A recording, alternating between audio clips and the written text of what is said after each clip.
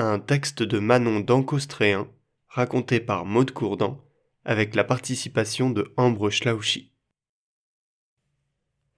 Mère célibataire.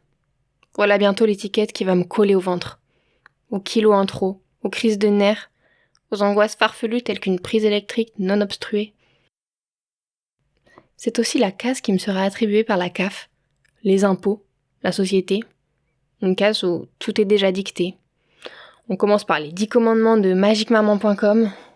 On passe par les remarques de ceux qui savent et qui savent si bien, qu'ils savent mieux que moi que j'aurais dû avorter tant qu'il était encore temps.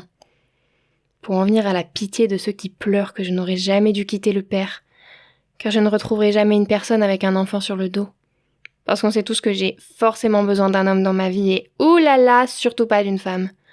Quelle image donner à son enfant qu'une famille avec deux mamans. Et encore, c'est toujours mieux que deux papas apparemment. À les écouter, j'aurais dû préférer et sélectionner l'étiquette mère battue plutôt que mère célibataire.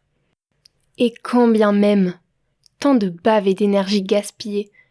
Parce qu'alors moi, j'en ai rien à foutre. Mon enfant, je le voulais. Je l'ai désiré du plus profond de mon être.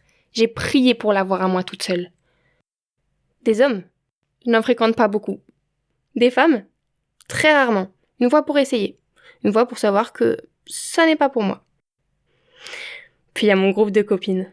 Elles, qu'est-ce que je les kiffe. Aujourd'hui, elles m'ont préparé une surprise, la fameuse baby shower. Vous savez, cette fête prénatale qui est censée fêter la naissance à venir. Moi, c'est plutôt canapé, pantoufles et Netflix qui me ferait triper présentement.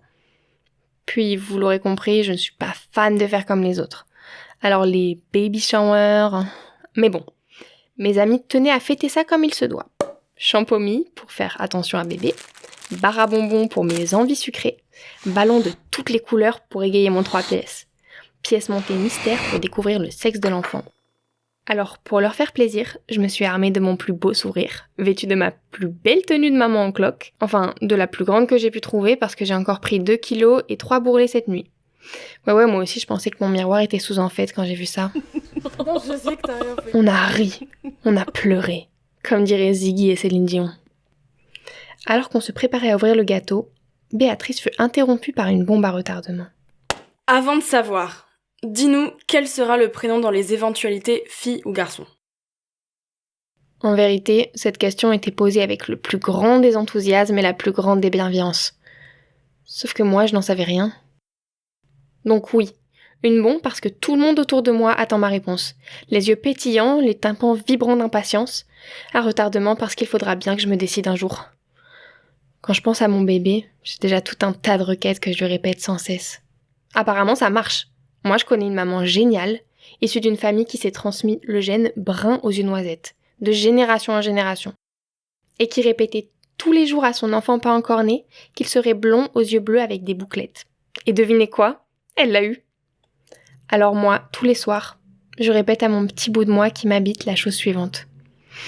Mon enfant, je te souhaite aussi instinctif et leader que George Bush, habile et entrepreneur que George Washington, charmant et talentueux que George Clooney, gourmand et sensible que Georges Pompidou, optimiste et généreux que Georges Brassens, explosif et éloquent que Georges Clemenceau, entraînant et vivant que les musiques de George Benson, ingénieux et blagueur que Gazorla.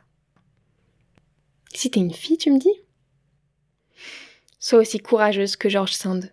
Brave les interdits quand ils sont injustes pour vivre tes rêves sans limite et donner le meilleur de toi à tous ceux qui sauront lui donner sa valeur.